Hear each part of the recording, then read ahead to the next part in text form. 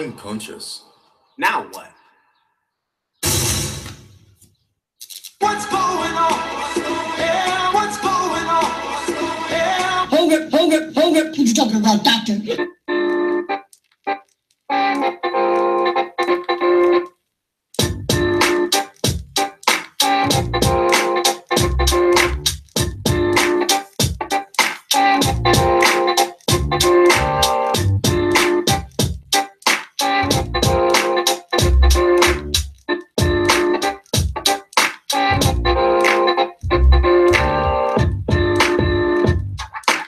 All right. Yeah. It feels good. Supercharged today. It's Derek Dunlap.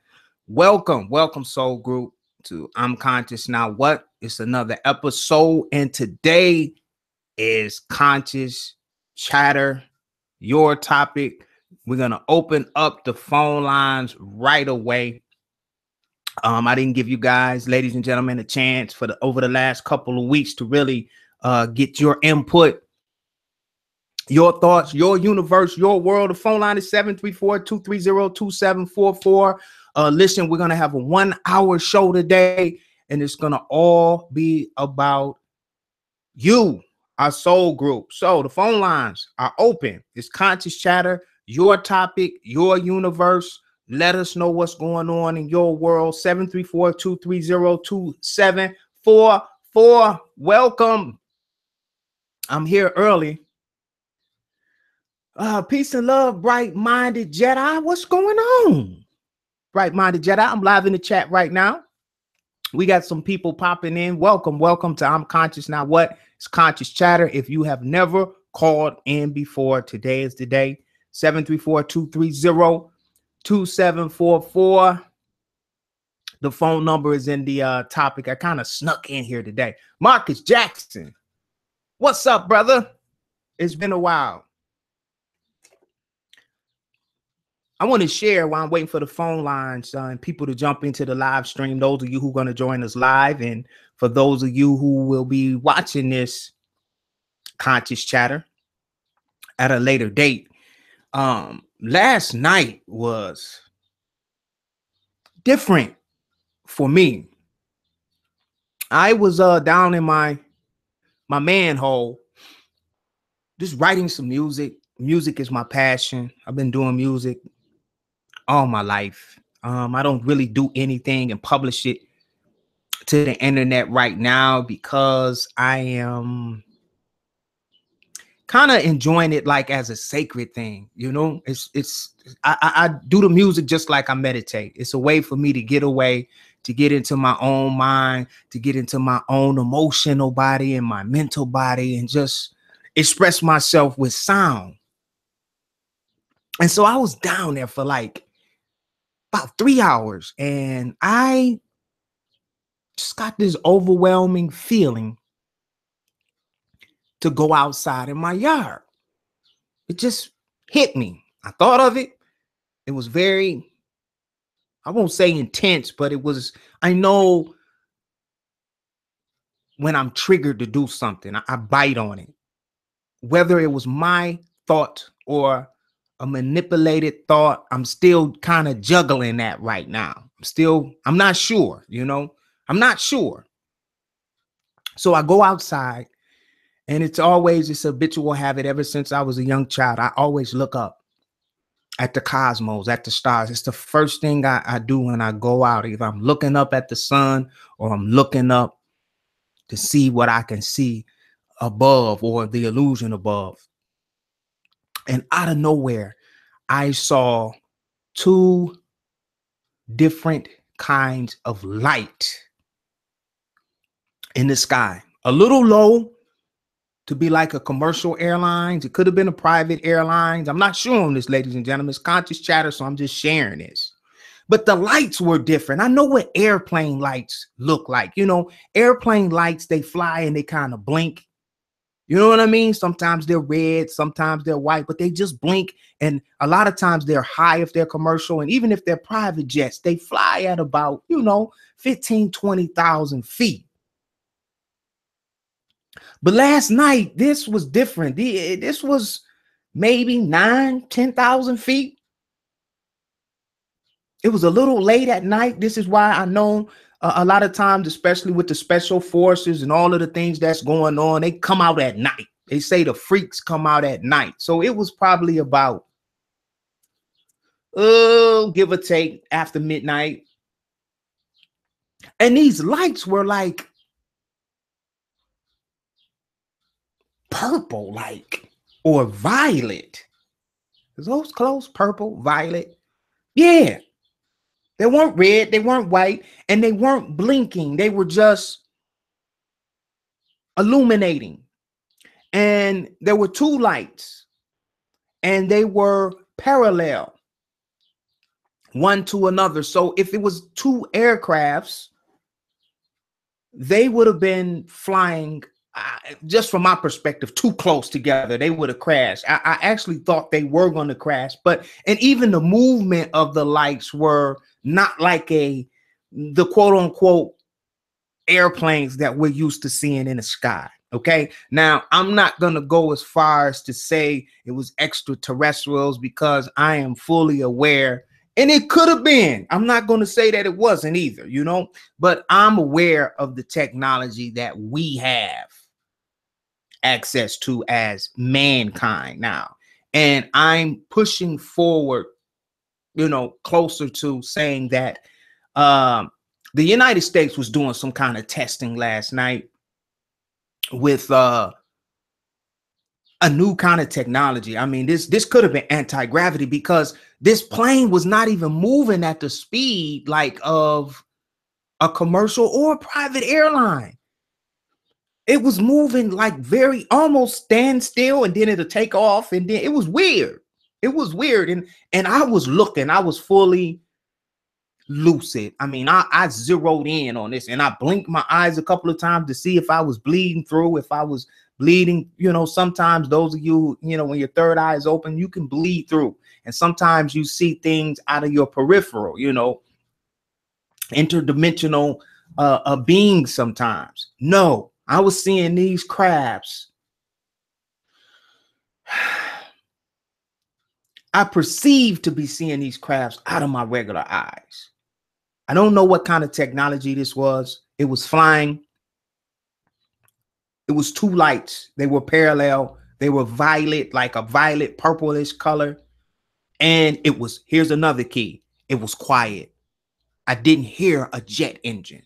Okay. So, when commercial airlines fly over, and even private jets fly, even a helicopter, you hear the diesel, the engine, is loud, right? It wasn't loud. It wasn't loud at all. And I just looked, didn't have time. I went back in to try to get my cell phone, but when I came back out, of course they were gone, right? But I watched this craft right above, I would say about 9,000 feet, just guesstimate 9,000-10,000 feet, moving very slow. Two violet or purple lights, parallel one to another. It could have been one craft, two lights on one craft, or it could have been two crafts together, but it was some great technology. It was very, very quiet, and it wasn't flying like in a straight line. It's kind of weird to explain how it was actually moving. It was just weird, but very, very,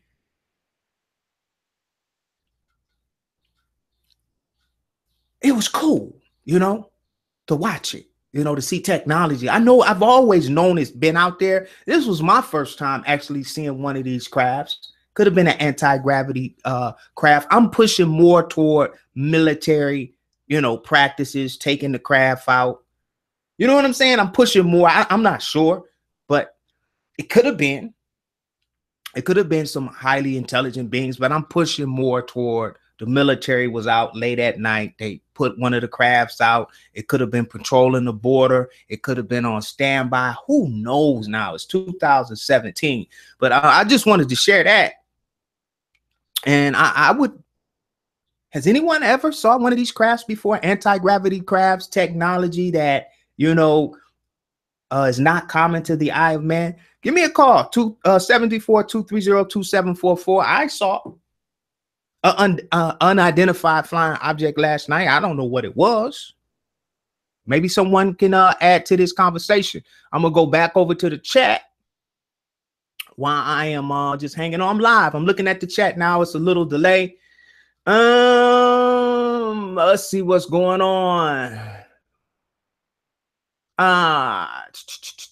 Guys, Matthew Moore, welcome to the live stream. It's Conscious Chatter.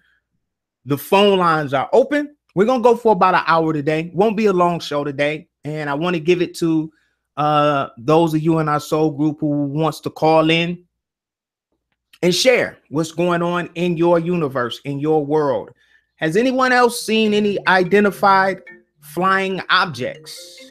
We got a call coming in. Let me catch this call. Call from Paul Thompson. Accept. Peace and love, brother Paul. You're live on I'm Conscious Now What with Derek Dunlap. What's going on, brother? Ain't nothing but the party. I'm just trying to stay in harmony with the beat. I like that. I like that. What's going on in your universe today?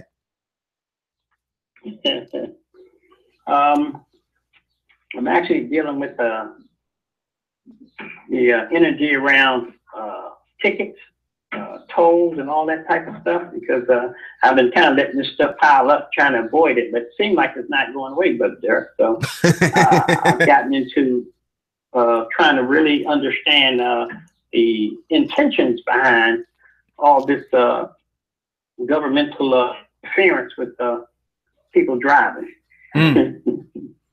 What's your perspective on it? What are you feeling about this energy? Well, you know, one of my pet peeves has always been looking out for the legitimate aspirations of the people. And, you know, from observing this process now for quite some time, I really see how it's really designed to take advantage of the masses of people through the numbers. And you know, people are becoming more and more obviously disappointed and frustrated from the process, because I find myself paying $75 here, $75 here, and what I'm paying for, I don't feel that I violated anything that causes for that type of payment.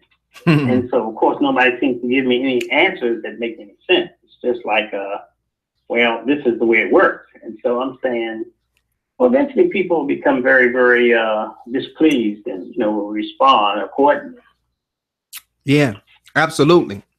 Brother Paul, I ran into this was, I think this was last year, and I didn't really get a chance to look into it, but I saw a video. It was very interesting that was actually explaining that legally now, we don't even really have to have a driver's license to operate a motor vehicle if we don't sign. It was something that just, it was a good video. It caught my eye for a minute, but I was just kind of had a lot going on and I couldn't really, you know, get into it. Did you ever hear anything about that? That legally, if we don't sign, we don't have to sign up to receive a driver's license. Actually, it hurts us more when we agree to have this license to operate a motor vehicle. Do you have any take on that, or is that something you haven't heard? I haven't heard it specifically for driver's license, but I hear what you're saying as it relates to U.S. citizens' rights, and the rights, and which most of us are probably not aware of, is that a U.S. citizen and an American citizen are operating in two different jurisdictions. And so that's what it sounds like that you're speaking to. And so it's like the person who comes into the United States with the blue, red, white tags that are considered diplomats, and they have diplomatic immunity. Yes, sir. Because they are residents of another country, and so they don't have a United States driver's license. Oh. But they can drive in this country. But they can drive. Yeah. Yeah, I'll have to check that video out and see. But it was actually very, very bright individual, was just really breaking down the details, the small print that a lot of us, you know, we miss sometimes. And I know my wife, she's used to me now, but Paul, I read everything, man. You know, when we go out, it used to bother my wife a little bit, just sign it. But I've always been, you know, anal about reading everything, because you know, it's always that small print that they don't tell you about, you know, and as soon as you sign that paper, you're giving people, you know, the access. You're making soul agreements on a energy level and on a physical level. They got a document with your signature on there. So I always try to tell our soul crew. I'm the same way. I don't believe in signing anything. And I'll tell people now, if they're letting until my accountant, my attorney, or my business partner has looked it over, I'm not signing. It's just a better approach, period, because of the trickery that this country has been about with the corporations as long as I've been on this planet. And so it just makes better sense to do it that way. Yeah. While we talking about that, I'm gonna have to bring that brother back on the show about the Federal Reserve thing that, you know, popped out. It went viral for a minute, and I did a episode about it, and I was just telling the soul group, you know, depending on who you are and where you are, and you know, your ability to deal with these 13 families that's, you know, set up this private banking, I urge them to stay away from it, you know, using your social security number and the routing numbers that was trending online. And I got a little update from some a very sharp soul, you know, and they really following it, and they keep me, you know, I got resources coming from everywhere. I built a lot of relationships online, so I hear everything basically that's going on. And hey, Brother Paul, they actually locked up. They made an example, and this is what I was telling people. I told them, Paul, I said, if you are still paying taxes, right? You know what I'm saying? If you're still paying taxes from the fear of, okay, if I don't pay these taxes, I don't want to deal with the IRS. I don't want that problem, right? I was telling people, and that's where I am too. Not saying that it's, you know, you're weak if you're paying taxes, but I was telling them, if you're still paying taxes, you know, habitually, then you don't want to fuck with the Federal Reserve. You know what I mean? Because that's a whole nother level of, you know, if you think the IRS will come and freeze your accounts and take everything out of your home, you don't want to mess with the Federal Reserve. And sure enough, it's on the internet right now. It's trending there. I think they got 3 of them that are locked up right now, and they're trying to make, you know how they do, they'll grab 3 and make an example out of those to put fear into everybody else, you know. So have you heard anything about this Federal Reserve? They were pulling millions of dollars out of this Federal Reserve account to pay off their bills. Did you hear about that, brother? Okay. No. I've heard about some incidents of that years ago, but nothing recent. Okay, Brother Lenny, I see you calling in. I'm gonna get you in, Brother Lenny, right after Brother Paul. I think Brother Lenny was the young brother that called in that was sharp, that was telling us about that. He advised people not to do it. You know? Oh, okay. Yeah, I didn't do it. It sounded good at the time, and you know, the relationship that I built with this other brother, we were real close, and he was doing it, and I always make my own decisions, and when I scan the energy, I just didn't like the energy. I didn't like the repercussions of doing it. I knew something was going to come back. And at the time, I wasn't prepared mentally or physically to be dealing with the damn Federal Reserve right now. You know what I mean? I'm still recovering from all the identity theft and all of my other frozen accounts from other stuff, you know? Yeah. So I think the key to all of this, Brother Derek, is organizing people in the realm of consciousness in which people really begin to understand their rights and their powers. And then people make a stand because, you know, the strategy of these families that you're speaking of is divide and conquer. And so their whole goal has been from day one is to keep people functioning at a very divisive level so that there's a small interest group that protects them. And then everybody else should be attacking each other.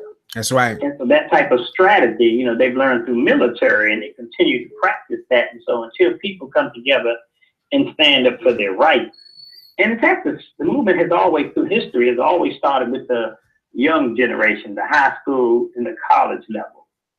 And therefore, that's when change occurs, because people who are of our age older or a little younger are not going to risk their home and their little boat, and their There you go. little sports car and things like that. And Yeah. so the movement has always come from the young people, the That's right. college and the high school students, because they had nothing to lose. There you go. I say them indigos and them star seeds, man. They fearless. I love them. And we got so many on this platform that call in at, 15 and 16. Some of them still in high school, some of them in junior high, and they want to know. They want to know what's really going on. You know what I mean? And that's why I really love keeping this little line open that, where people can call in so we can hear all different perspectives. You guys heard my perspective. It's almost going on a year now. And it's always good to have a platform where people can call in and let us know what's going on, from their perspective. That's right. Okay. Anything else you want to bless us with today, Brother Paul? No. I'm just open to dialogue. And so I'm here to listen and say a few things if I can. That's all. Okay. Well, I don't want to get the audience too much, but you guys will be hearing more from Brother Paul. We got some things going on behind the scenes. We're actually, setting up some things that's going to really bless a lot of you. Brother Paul has a lot of knowledge, 30 years in this conscious community. So we're really going to be bringing you something here real soon that I think you're going to really enjoy. Hey, Brother Paul, I'm going to get some more callers on this conscious chatter today. So I give everybody a chance, to jump on the phone line. I love you. I appreciate you. And I'll talk to you soon, brother. Okay. All right, man. Appreciate you. All right. Peace and love. Peace and love. All right.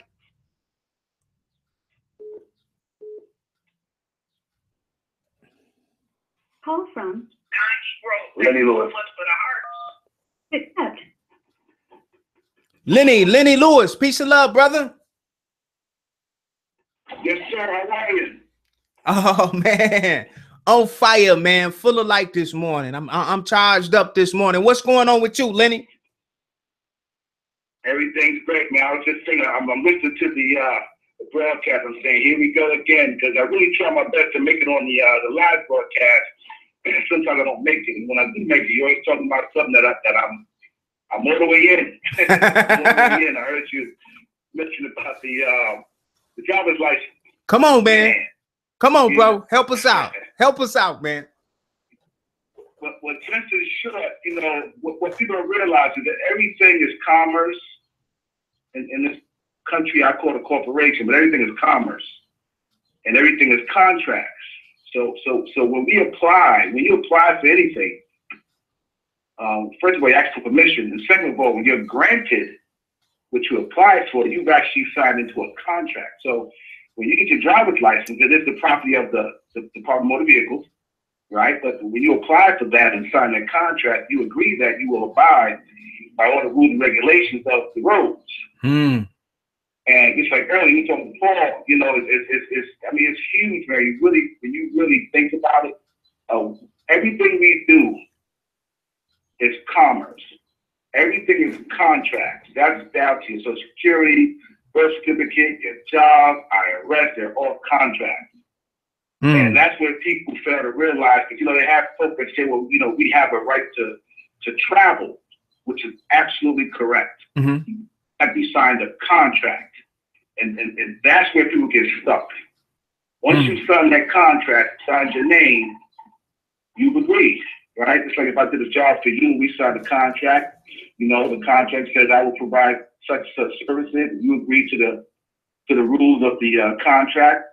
And if I breach that contract, now you have the right to come to me because I made a promise, right? So it works the exact same way. Man, it's amazing, man, how these topics come up on the days I can jump on, man. But it's really deep, man. Paul talks about the American citizen and the United States citizen. Really and truly, the American national is what everybody should be shooting for. What that does is puts us whole different jurisdiction. Kind of like a diplomat. It's just huge, man. It's really huge. I hope we can really talk about this deep. But it's huge, man. Everybody think about everything's a contract. We do have a birthright to travel the roads. That is our birthright. But we give that away once you contract. Once you contract, we give those rights away, just like when you register your vehicle. You register your vehicle with DMV, it now becomes a state-owned vehicle. Wow. So that's why they can tow your car. That's why they can take your car. They can take your shit right from you. Yeah. Take it right. And you know what's funny, Lenny? It's not funny. It's really not funny.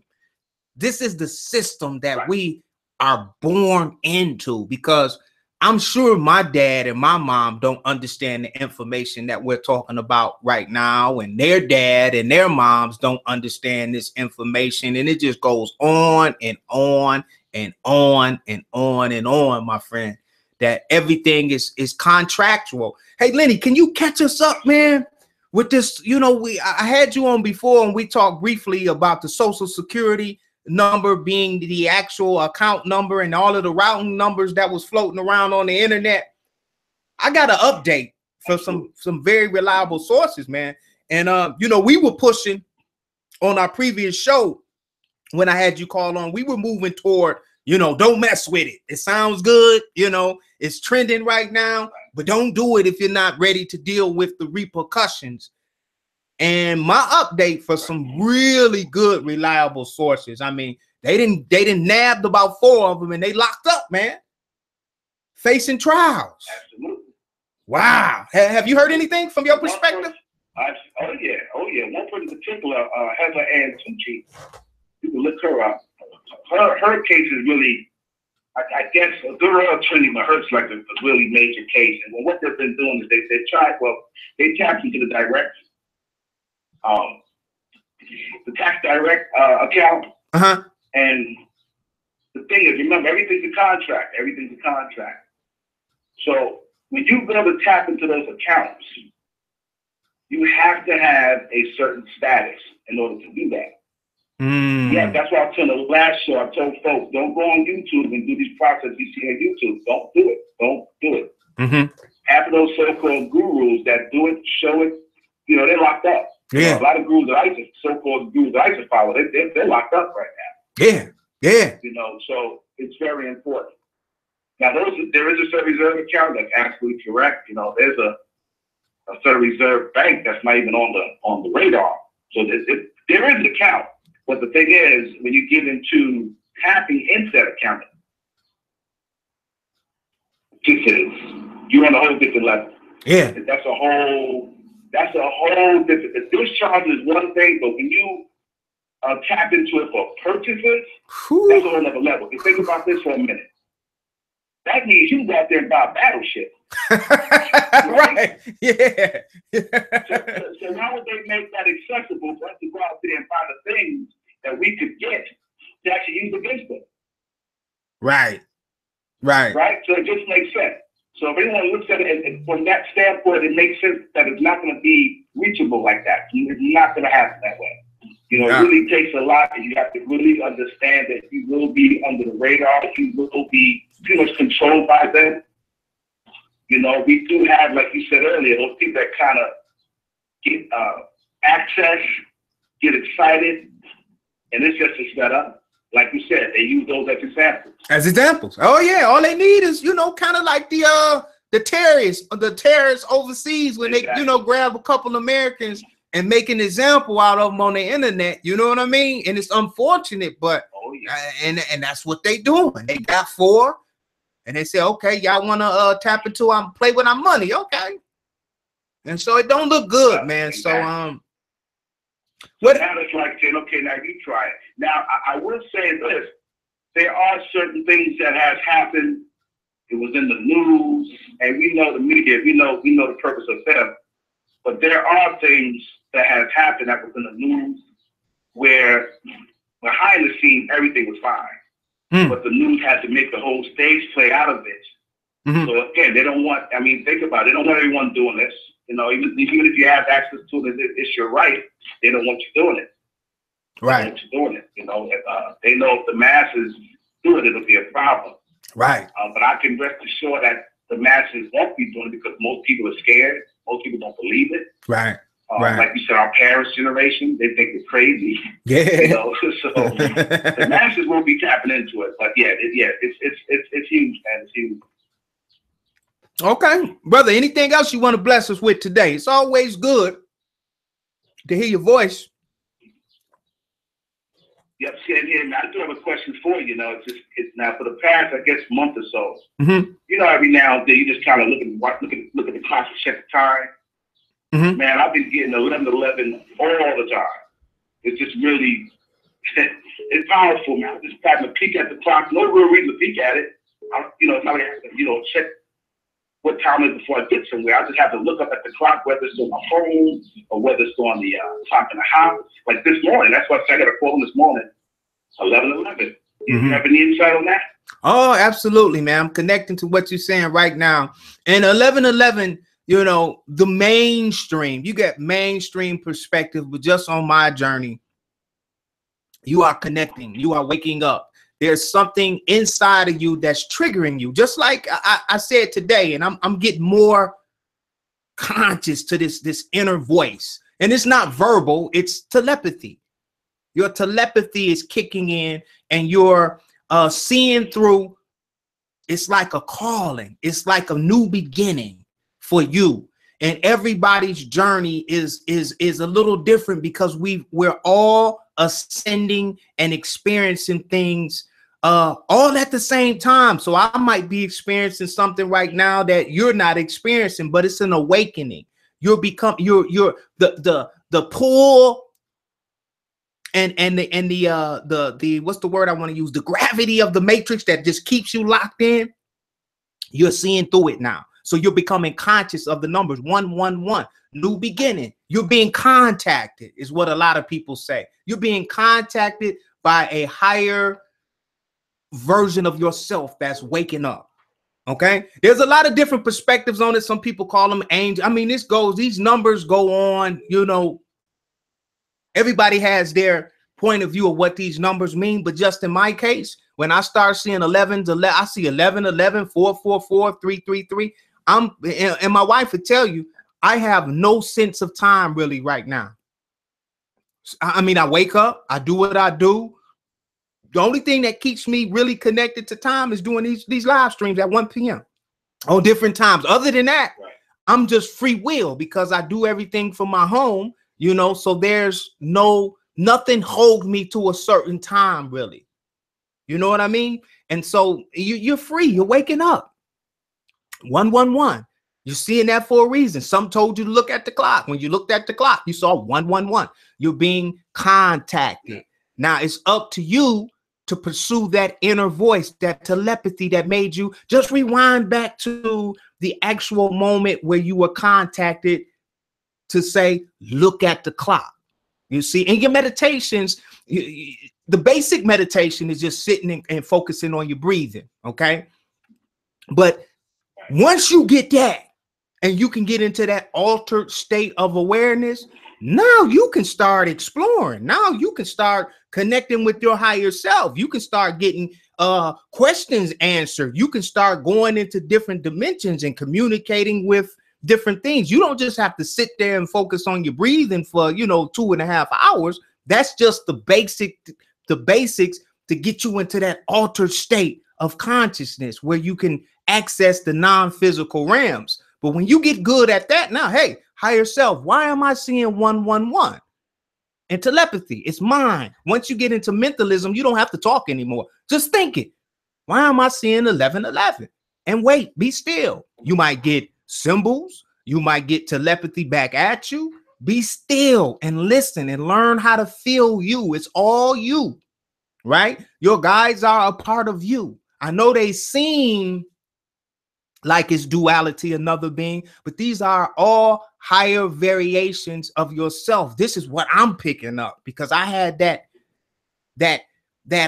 source-like experience where I became everything at one time. And this is not a physical thing. This is in mentalism, brother. You know what I mean? This is mental, in consciousness. I had that experience in consciousness where I became everything simultaneously all at one time. And wherever I shift my consciousness, that's where I was.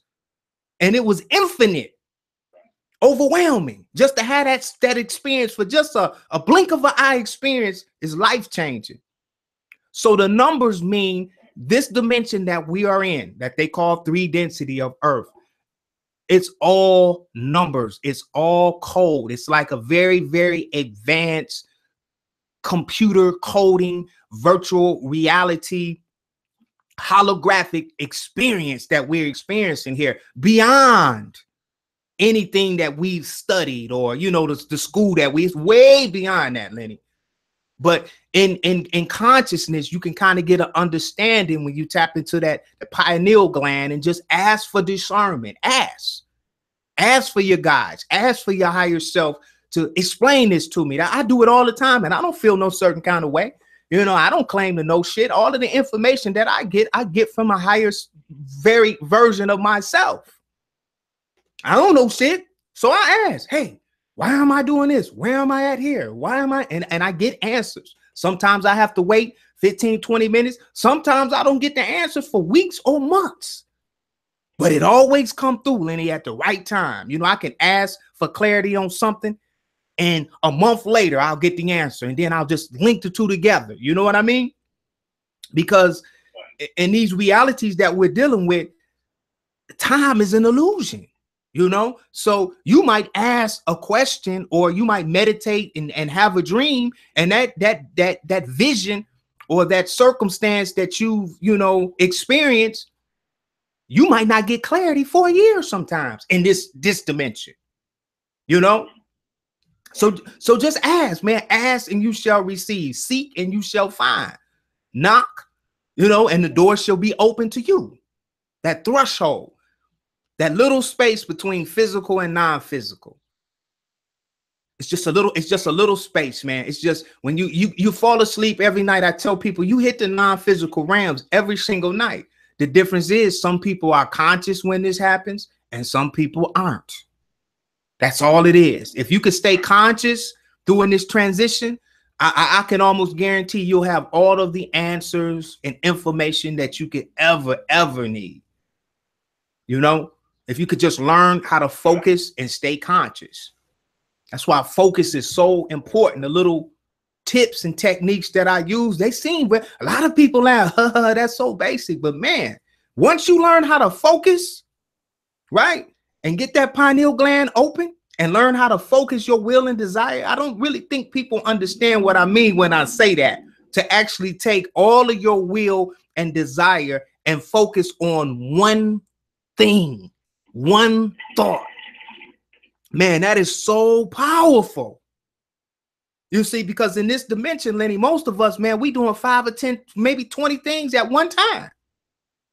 You know, and we're not used to focusing. You know, I'm talking about focusing your entire will and desire on one thing. And the example I give of this, a lot of people have experienced this. It's a bad analogy, but when I say it, people get it. It's like when we used to masturbate as young men, I'll just tell it like it's a joke, right? And we were laying there by ourselves and we were trying to get aroused and we were, you know, touching parts on our body. Man, we had to focus on something to make that reality or that situation or that event real. Do you follow me? We had to imagine and visualize something to even get stimulated enough to go through with the act of masturbation. That's the kind of focus, number one, and will and desire that you need to break through the threshold of non-physical. That's the closest example that I can give people when I say visualization and will and desire. Because the act of masturbation is all mental, really. Because it's nothing physical except you touching yourself. Everything else you're visualizing. You're pulling up memories. You see? And that's what we have to get on every aspect of manifesting. And I know it's something to it because I was born 11/11. Yeah. So, oh, it's deeper. You got it, and everybody's 11/11 is different. So you have to just turn within and just ask for clarity. You saw it today. It's in your conscious now because you didn't call it in and you didn't ask about it live on this platform. So you're conscious of that. You know that meant something for you at that particular time. You know you were contacted from within. Now it's up to you to just follow, and it'll be more. See, it starts off with 1111, and then when you catch that one, right, that's like a little download. You didn't download it. Hey, I've been contacted. Now watch as the days go on. You're gonna catch some 4s. You're gonna catch some 333s, 555s. You're gonna become conscious, and it's just gonna be that inner voice. Look at the clock right now. You're gonna look, and bam, it's gonna be right there. And when you look at the clock and you see the 1111s, depending on where you are, man, pull over and center and ask, okay, I'm open to receive, and just wait on it. You know, a lot of times we see the numbers and we just see them and we don't do shit. You know, a lot of times I see them, but whenever I see them, I take that deep. It doesn't matter. As long if I'm driving, I can't do it. But when I see those numbers, man, I take those 4 deep breaths, I center and just wait on it. You know, I'm open to receive. What's going on? What do you have for me? You know, the ringing, I get the ringing in the ears.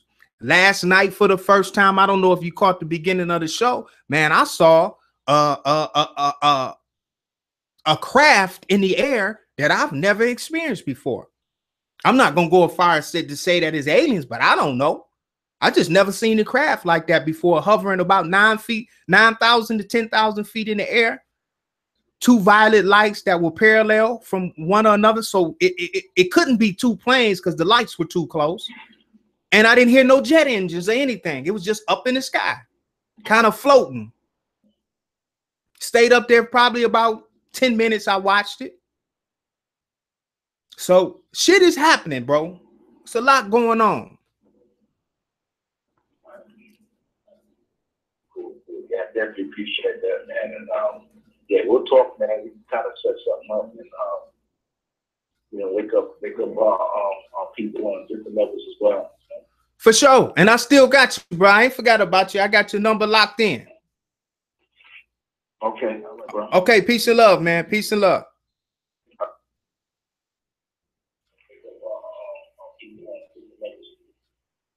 Wes, are you there? Yes, I'm here. Peace and love, brother Wes. What's popping, man? Long time. Peace and love, Derek. Oh man, it's so good to hear your voice. You look good, man. I wish the audience could see you. I just lost your audio, Wes.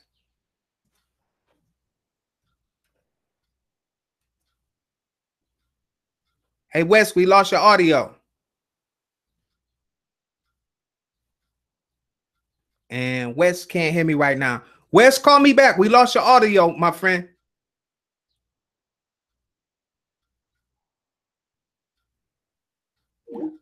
All right, while we're waiting for Wes to call back. Phone number 734-230-2744 is Conscious Chatter. Your topic today. We're going to go for an hour today.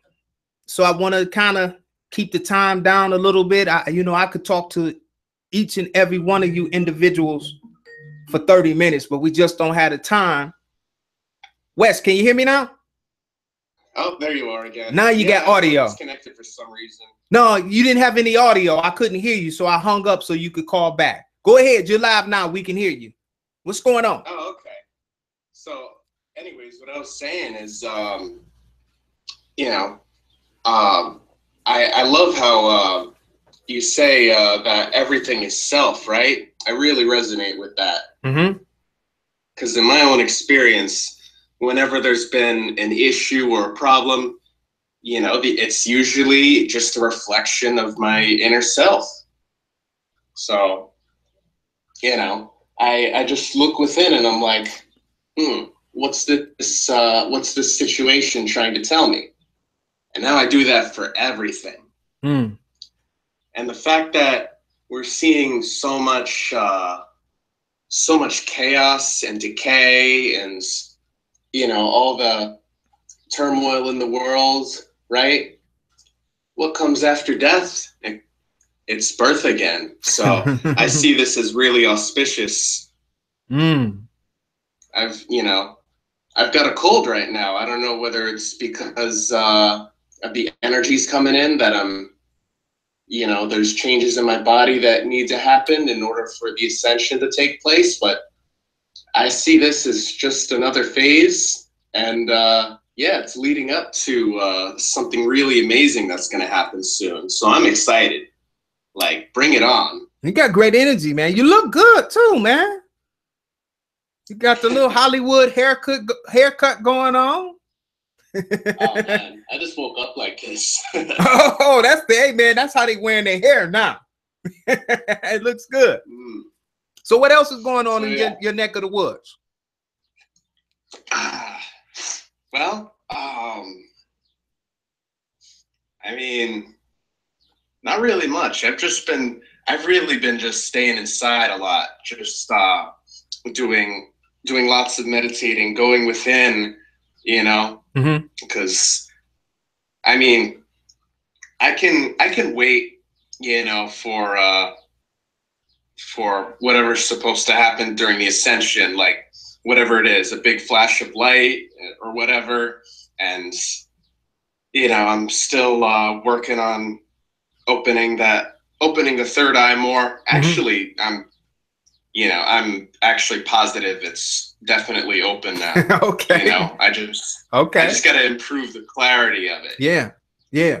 It's levels You know? to it. It's levels for all of us. Once it's open, it's like, dude, it's like, I got to pull an analogy. What is the third eye like? Because it's like, I can't barely pull one, but it's like, dude, to make it simple, it's like getting into a car.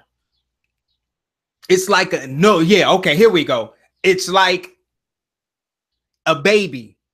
You remember when you were a little baby? This might not have happened to you, and your dad let you sit on his lap and you was playing with the steering wheel. You didn't know what you had. You know, you was in the car, you was turning the wheel, you was honking the horn. You know what I mean? And that's just like with the third eye opening up. We are babes in spirituality. So we have so much to explore and so much to experience. And, you know, we got infinity is what, you know, I try to encourage a lot of people, no matter where you are on your journey. Once you get more deeper into this mentalism that you hear me talking about, it really works wonders for me because it gives me the ability to actually get out of this physical realm and have rest and have inner peace in the non-physical realms. And so I know a lot of times people say, well, you're making it sound like if I don't do this, I'm going to end up, because someone had left a comment about that. It's not, we all That have, was me. That was you, Wes? That was you? That was me, honestly. No, Yeah. but that's okay, dude. You know, I go up and down, you know? Dude, we all do. But I would live, so I can clear this up with you right now. This show is just a stream, one stream. Visualize this show. I'm conscious now. What, right? This is an open stream of light that I keep open for individuals in our soul group to express what they're experiencing. A resource that we all can come together and express from our perspective what we're experiencing. And we're doing this with the intent, at least my intent, is just to raise the level of consciousness one soul at a time, which I always point back at me. I'm a soul. I'm raising my consciousness. So by no means when I put something out there that I'm saying, this is the way, or this is the only way. I'm simply expressing what I'm going through. And it might not line up to what you're going through. So yeah, you could say, hey, dude, this is how I feel from that. You know what I mean? I mean, when I saw that episode, you know, I was like, wow. So like, I really felt like, you know, like sometimes you say that this world is a prison planet. And you know what? To a certain extent, I see that that's true. But like, again, it's a reflection of me. So what's it trying to tell me? There's obviously something deeper that, you know, that can be done to grow and learn from this and to make something good out of it. Exactly. It's all perspective. Now, let me ask you this while you're there. When has this experience on this planet that they told us was named Earth, right? When did it feel like a prison planet to you? Because it was just an experience. You see what I'm saying? When did it feel like that for you?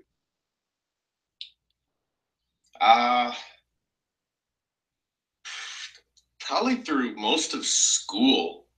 Yeah. Most of school, yeah. I really, not even college. Like, I mean, school progressively got better because there were like more freedoms, but the real core of it, like, I didn't like it. Yeah. The control. It felt very arbitrary and just kind of pointless. Like, why am I here? I don't need to be here. I can learn all this on my own. Right. Now, Wes, you know when it felt like a prison planet to me?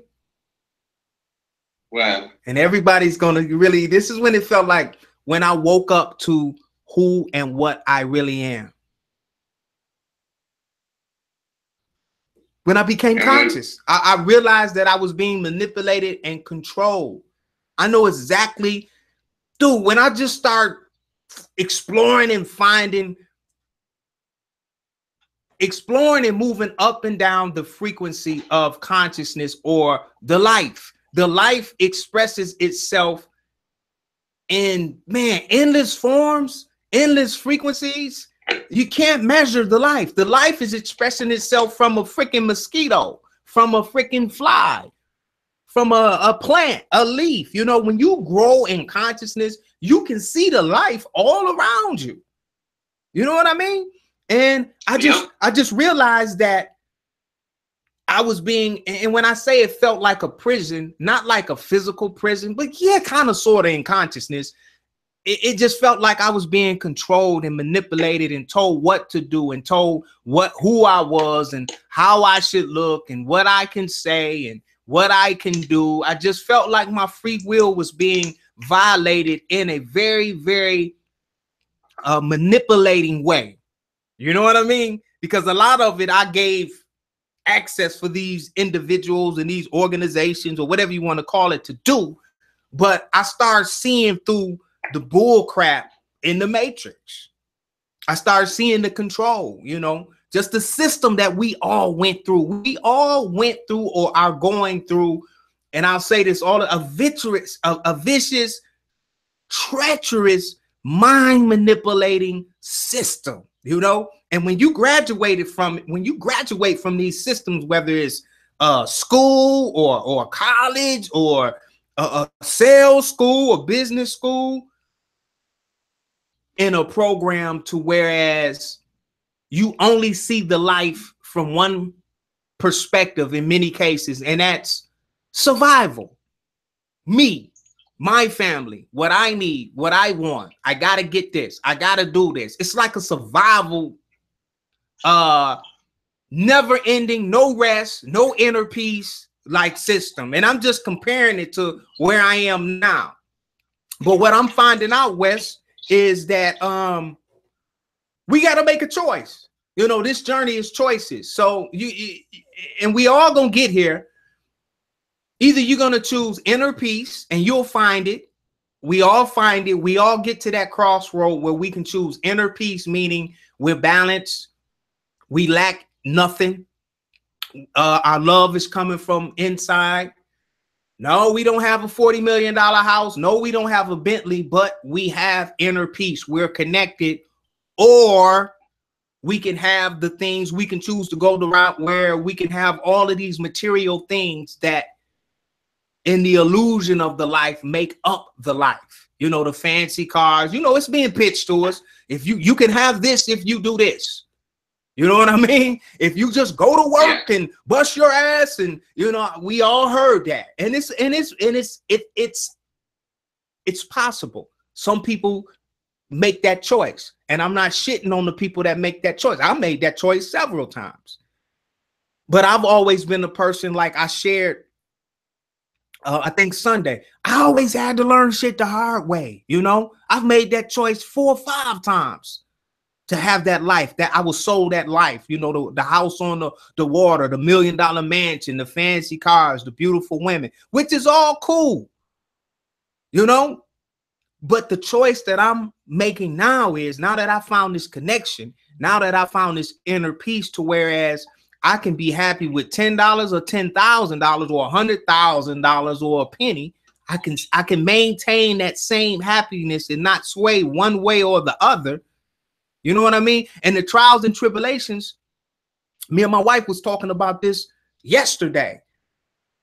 The average family, if you could measure what me and my wife has went through this year, okay? Just, I mean, if I could just play everything we went through this year on a screen and everyone could see it, you guys would swear we've been to hell and back.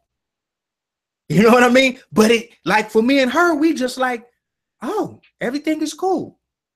You know what I mean? And the only reason why we can say that is because we have inner peace. We can connect. When they take everything away physical, we can still turn within and get fed all of the energy and frequencies that keep our emotional bodies in a line with our mental and our etheric. We can still keep shit aligned. And to this day, we don't lack anything. We have food, we have water, we have land, we have animals, we have people that love us, we love each other. Dude, we straight, we good, you know? And that's what life is about, you know, being happy, finding love. That love that casts out all fear. That love that as long as you have it, it don't matter how many zeros is in your account because you got love. And love, true love now, outweighs the numbers in a bank account. I know so many multi-millionaires that I talk to now. I don't say mentor, but for some reason, these rich individuals like talking to me. For some reason, I don't even know why. I'm flattered. And they all have one thing in common. They all got a shitload of money, Wes. A shitload of money. But very few find love. This love vibration that I'm talking about. This love that casts out the fear of lack. The fear of lack. There it is. Just that fear of lack. That most fear comes from the fear of lack of something. And when you find this love vibration that comes from the heart space, it fills that void. So you actually feel spiritually as if you are everything. You lack nothing. It's kind of weird, but amazing at the same time. Wes, you could have 2 cents to your name and you the happiest guy in the room, and everybody else is feeling sorry for you, kind of like, you know what I mean? Like, damn, poor Wes. He's such a fucking nutcase. Look at him. He's so happy, but he only has 2 cents. It's amazing, man. You know, and they got, you know, $10 million, right? And just miserable. Miserable. You glowing, man. You glowing, bro. You look good. Yeah. It's oh man. It's so great, like knowing these truths, you know?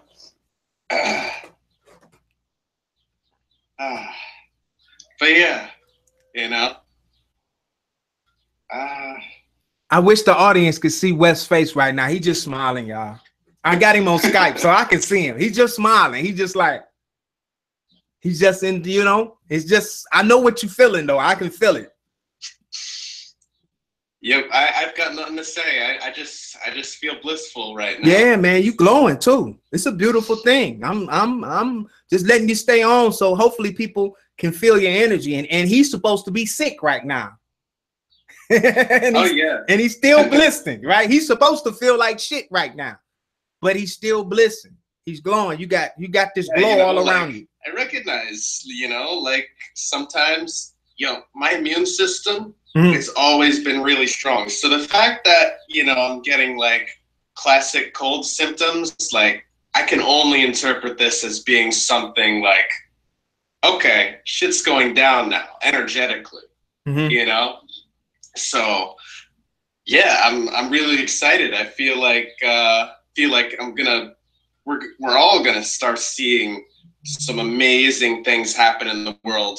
The case with you know, the whole thing with using the social security number to access trust funds, like that stuff, and now people are getting arrested. Oh my God. Right? Oh, you heard about that. You heard about that too, yeah. huh? Yeah. Oh, yeah. Yeah. I know all about that. But that's a sign that things are changing, you know? It looks bad on the outside, like, oh no, the government's cracking down on these people for claiming their sovereignty. But you know, it's a sign at the same time that, you know, people are gonna start waking up. Like, everything is cycles. So like the more I see decay and death and destruction, the more I anticipate that swing of the pendulum to the other side. I'm like, this is a sign that we're about to see a great rebirth. Stop right there.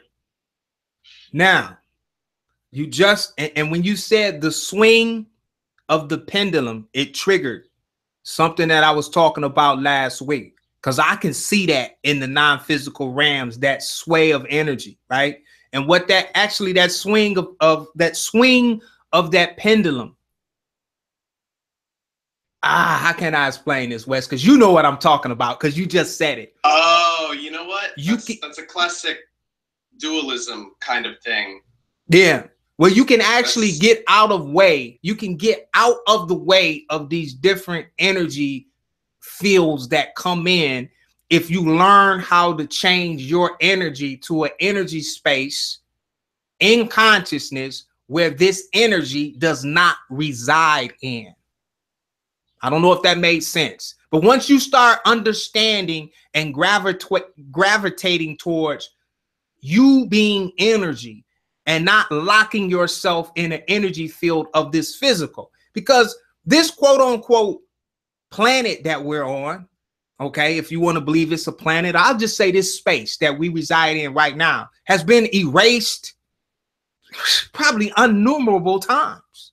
You know, we got histories of all kinds of civilizations that have occupied similar energy frequencies, because all of this is a frequency, you know, and it can be manipulated. It can go up, it can go down. It's changing right now. You don't have to, but the key to making this a little bit simpler is to look at everything, and you've heard this before, as energy, because that's what it is. All is energy. Energy that can change frequencies up and down, energy that can change space. But what's so cool about this whole experience, not only is it energy, but it's one divine presence of everything happening at the same time, simultaneously. I am a direct expression of source. And this is where it gets incredible. I am a reflection of source. I am experiencing source-like things as I grow and understand more of this source energy that we're all created from, that we all derive from, the expression of the one, whatever you want to call it, God, source, divine presence of all. We are all direct expressions from source. Source experiencing and expressing itself in unlimited possibilities or energies or variations or expressions, whatever English form you want to attach to that. We're all one. We're all one. I'm convinced we're all one. Yeah. You know what I mean? You don't have to hit me upside the head. I know when I connect with somebody, I'm looking at a reflection of source, the life. There's only one life. And that's hard to understand if you don't understand non-duality. There's only one life. And we are all that one life expressing itself in unlimited possibilities. So when you look at it from that perspective, there's no right and wrong. I know it sounds weird, you know, and that's why I had to convince myself. But if I'm sitting here and it has to be wrong. No. Because you got to remember, source is perfect. So you were created perfectly. I'm talking about the core essence of who you are. You are perfect. Now, you might express yourself in a way that's uncomfortable for me to, you know, stay in that frequency. You know what I mean? It's kind of like when you jump in the swimming pool. That water's cold as fuck at first. You know what I mean? Yeah. But as you stay in that water, you get used to it. Some energy fields are like that. I have energy fields that I don't like playing around with, and then I have energy fields that feel blissful to me. So I think if we could just, you know, focus in on who we truly are, and a lot of people are talking about this, and I think the biggest distraction, if you want to call it a distraction, while there's so many variations and so many different religions, is I think everyone is trying to say the same thing, Wes, but just from different perspectives and different first person point of views. You know what I mean? I completely agree. Yeah. All the religions are basically trying to get at the same kind of point, you know? Yeah. Well, look, brother, I'm gonna let you go, man. I'm gonna try to get another call on. We at the top of the hour, and I could only go for an hour today. I got so much shit to do, but it's cool, you know. But I love you, brother. You look good too. Keep doing what you're doing. All right. And I'm gonna send you some energy that's gonna, you know, help you to get through the transition that you're going through. Sometimes when you are raising your frequency, sometimes your body has to adjust to your new energy, and you do get like flu-like symptoms as your body adjusts to your new frequency, you know, because everything has to be in alignment. So if you go higher sometimes, right, and your body is still like on a lower frequency, it has to get used to the newer frequency. And sometimes you do get like flu-like symptoms. I had that a lot when I raised my Kundalini energy real high. The next day, sometimes when I wake up, I feel like shit, you know, the next day, hungover, because you're moving a lot of energy. So, you know, you're going to always be what you say you are. So be mindful when you say that you are SICK, because your body will respond to that and say, oh, okay, cool, I'll be SICK. Just kind of say I'm changing frequencies, and, you know, label it something that. Oh, yeah. Yeah. Be careful what you say. Part of the transition. This is a good sign. Okay. Like, I'm coming into alignments. All right, brother. Say that. Peace and love to you. All right. Peace and love, Derek. All right. Thank you. Love you. All right, ladies and gentlemen, we're at the top of the hour. I'm gonna head over to the chat. See what we got going on in the chat. If you have any questions or you want to do a shout out, I am live in the chat right now, so I can see everything going on in the chat.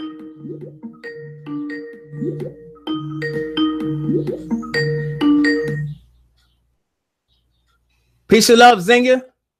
Holding up the rear as usual. Sorry?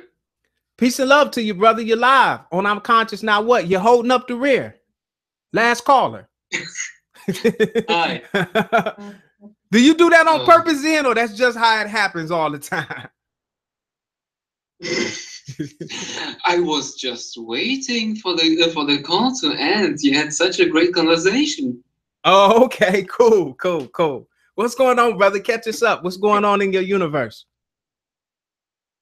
Oh, I had the most adorable experience today.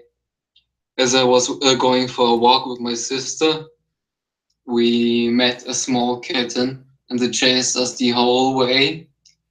And I was heartbroken. It was in heat, and so I thought, like, okay, I give you a small shower from the small river we had. And my sister went ahead because it was chasing us. And I played around with it, and it was just cuddling me all over, climbing on it climbed on my shoulder to be closer to my face, and it was just cuddling and cuddling. And I even asked my mom if I could keep her, but she was like, "No, we already have 2 kittens. We can't keep a third one." So I had to run away from her, and it left me heartbroken, to be honest. Wow, dude. I listen, on my front porch, right now, I know the exact same experience. We only, well, we have now, let me see. We got Mike and Ike. We got 2 black kittens. I named them Mike and Ike, they're brothers. And we got Gypsy. So that's 3. We have Albie, that's 4. We got some, we probably got about 9 cats now, man. 9 that I feed, and you know, they just took over the front. I just gave them the front porch and the front yard, you know. And dude, they are such beautiful creatures and loving beings, man. So I know when that kitten crawled up and got, dude, I don't know how you left it. That, you know, I would have had to just, you know, I know that was rough for you, man, because they are just beautiful, loving beings, man. I feel for you. I feel for you. I wanted to share some insight I received recently, and it's about how the heart, it has its own neurological cells, its own intelligence. It has cells that can store memories.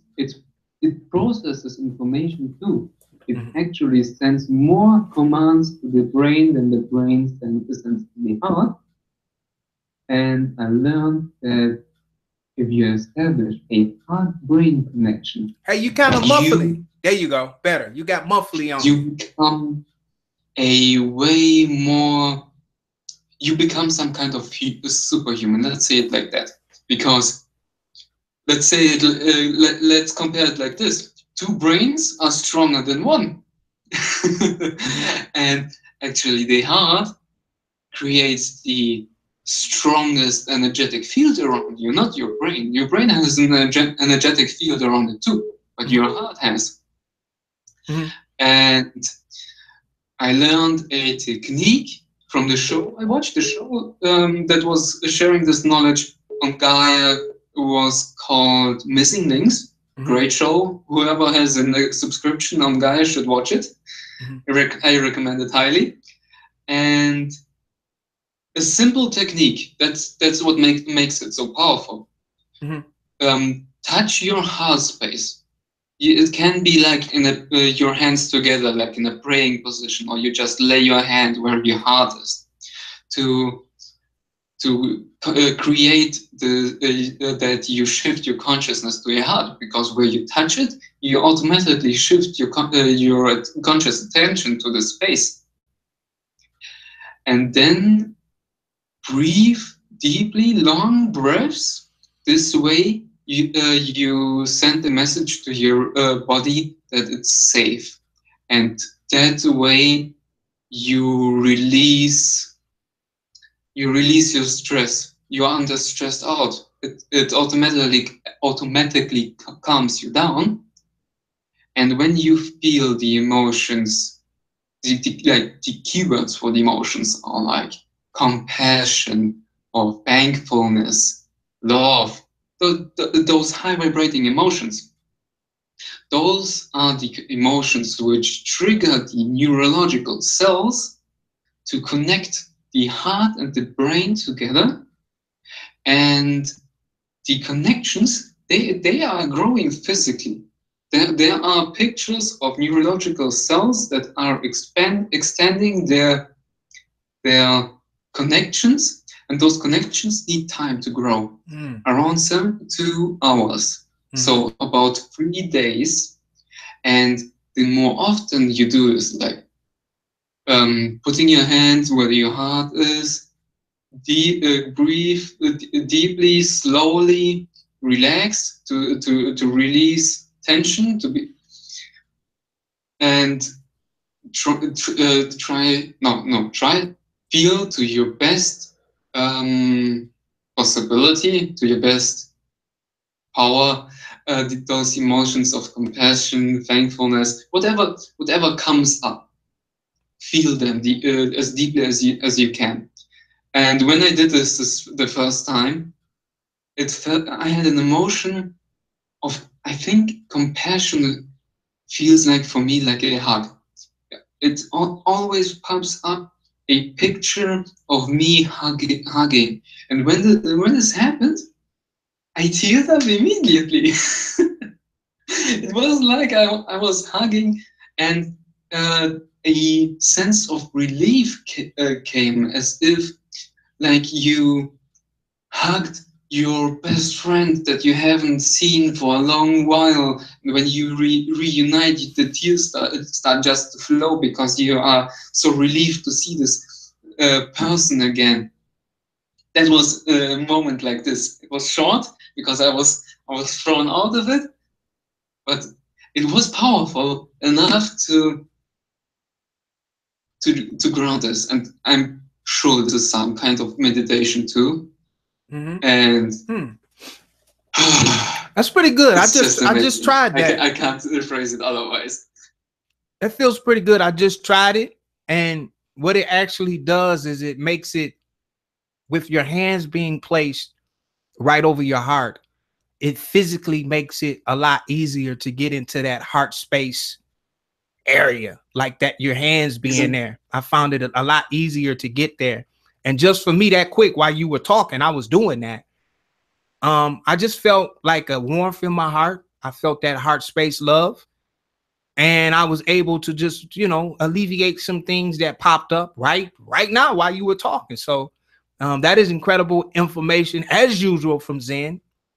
Yeah, just try, if you a easy space, like the brother was saying, if you want to get into that heart space, try placing your hands, your physical hands, over the heart and visualizing that love that comes in from that heart space. I was able to connect instantly, and just that quick while he was talking, I alleviated some things that were actually in my heart space that were waiting on me to do something about it. So more good shit from Psych Zen. It's even on the physical aspect. You are creating those physical connections to your heart space. So you don't have, when those connections are established, it's like when with repetitive motions. When you do something often enough, it becomes a habit, and a habit are those neurological connections that are established,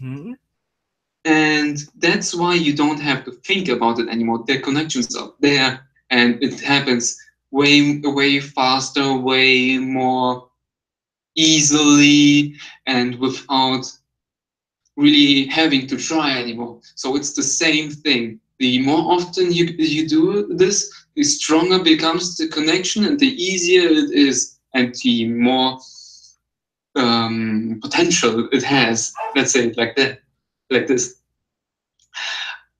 And I wanted to give you I wanted to ask on one experience I had. I laid down and watched into the blue sky, and I was just looking into the empty space, and I noticed how I saw patterns like the static of television. I could see sparks jumping from one another, and it was just interesting to see this. It was hard to look into the sky because it was so bright, but I just wanted to hear your thoughts on it. You were actually, now I do this a lot, and when you learn how to focus your third eye, the sparks were actually, I'm almost 100% sure positive that they were coming from your third eye, your brow chakra, which was showing you the energy fields that you were viewing from a non-physical perspective. I call it bleeding through, because as you look up into the sky and it's bright, it's hard for your physical eyes to focus on that kind of intensive light. But your third eye, when it's open, when you start focusing or even closing or winking, what do you call it, Zen? When I'm asking you, I should know. You know, when things hurt your light, you kind of squint your eyes a little bit, but you still looking through. You know what I'm talking about? You can still see. Well, when you do that, right, it intensifies the energy that comes through your third eye. Your actual third eye gets stronger. Like when I'm trying to visualize, something with my third eye, I actually squint my physical eyes. And what it does, for some reason, for me, everybody's different.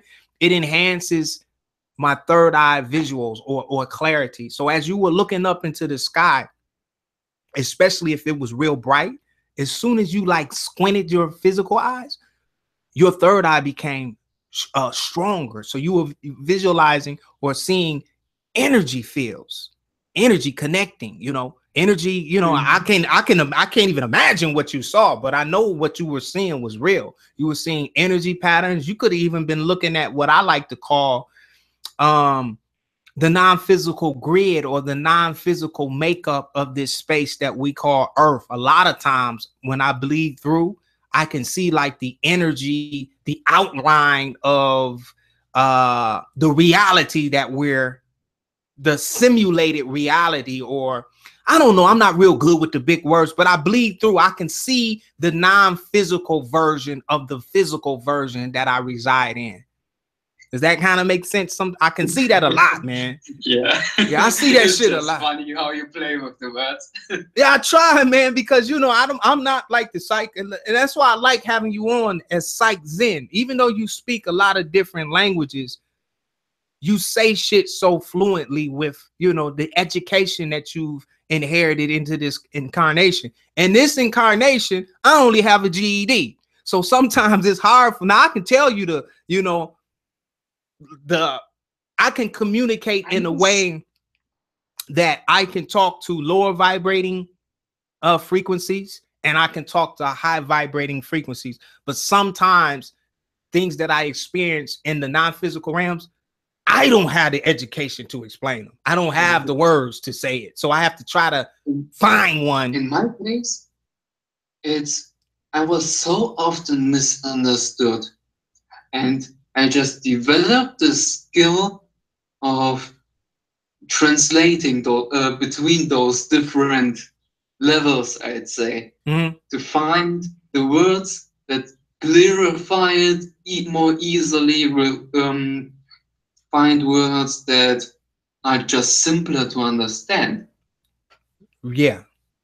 And that's why I like Cropper. So I mean, Cropper is like the expert at translating non-physical to physical. I mean, he makes it an art, man. He just so fluent with what he sees in the non-physicals. He has a great ability, and I know it's from a lot of hard work and dedication on his part to dedicate, you know, this incarnation to the non-physical and the translation of what he visualizes in non-physical. And he always comes up with the English to give you a greater perspective of what he's experiencing. And that's, you know, I highly push him up. And that's why I listen to Cropper a lot and say, hey, I did this, and how do I explain it? And it's like it just flows so smoothly, you know.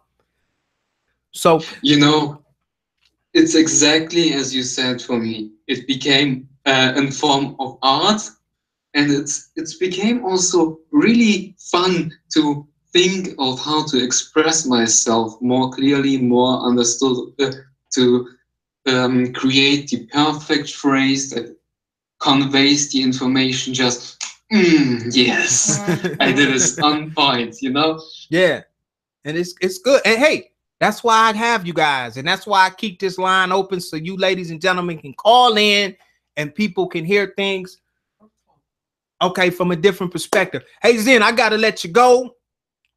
Peace and love. I love you, bro. Love you so much. Thanks for calling in. Talk to you as always. Okay. Peace and love. I'll talk to you soon. Okay, my friend. Peace and love. Bye. Okay. And ladies and gentlemen, I am past the hour. My wife needs to talk to me, and I love you guys. Thank you for calling in. Everyone that called in, thank you for being here. If you're watching this stream on the replay, just know that I love you. I'm keeping this line open for those of you out there in our soul group that like this energy, that likes this conscious chatter, various topics, a lot going on in consciousness. And I just want to keep this platform open as a way of expression, as a way that people can hear different perspectives. You can call in and give us your perspective. And I look forward to connecting to you beautiful, beautiful light beings this Sunday coming up. Okay, so peace and love. I got to get out of here, and I love you because I love myself and you're a reflection of me. Peace.